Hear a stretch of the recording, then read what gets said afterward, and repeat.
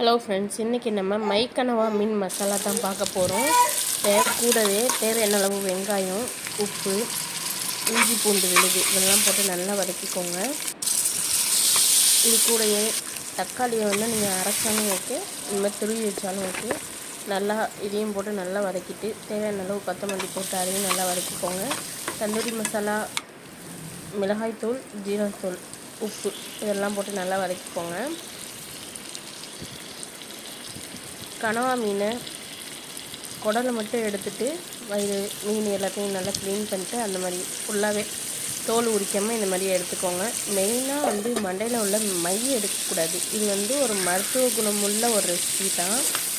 எவ்வளவோ நம்ம உடம்புக்காக பண்ணியிருப்போம். அதில் இது ஒரு மெத்தடு. கண்டிப்பாக ஒரு டைம் கனவா மீன், பேபி கனவா மீன் நீங்கள் வாங்கினீங்க அப்படின்னா மையோடு சேர்த்து செஞ்சு பாருங்கள். இதில் டேஸ்ட் உண்மையிலேயே சூப்பராக இருந்துச்சு. நார்மலாக நம்ம சாப்பிட்றத விட இதில் டேஸ்ட் உண்மையிலேயே ரொம்ப நல்லா இருந்துச்சு. இந்த மை போட்டிருக்கிறதுனால நமக்கு வேறு ஒரு ஸ்மெல்லோ இல்லை டேஸ்ட்டோ அதெல்லாம் கிடைக்காது. ரொம்ப ரொம்ப சூப்பராக இருந்துச்சு. நல்லா வெந்து சுருங்கிடுச்சுனாலே நமக்கு வெந்துடுச்சுன்னு அர்த்தம். ஒன் டைம் நீங்கள் எதையாச்சும் வச்சும் செக் பண்ணி பார்த்துக்கோங்க.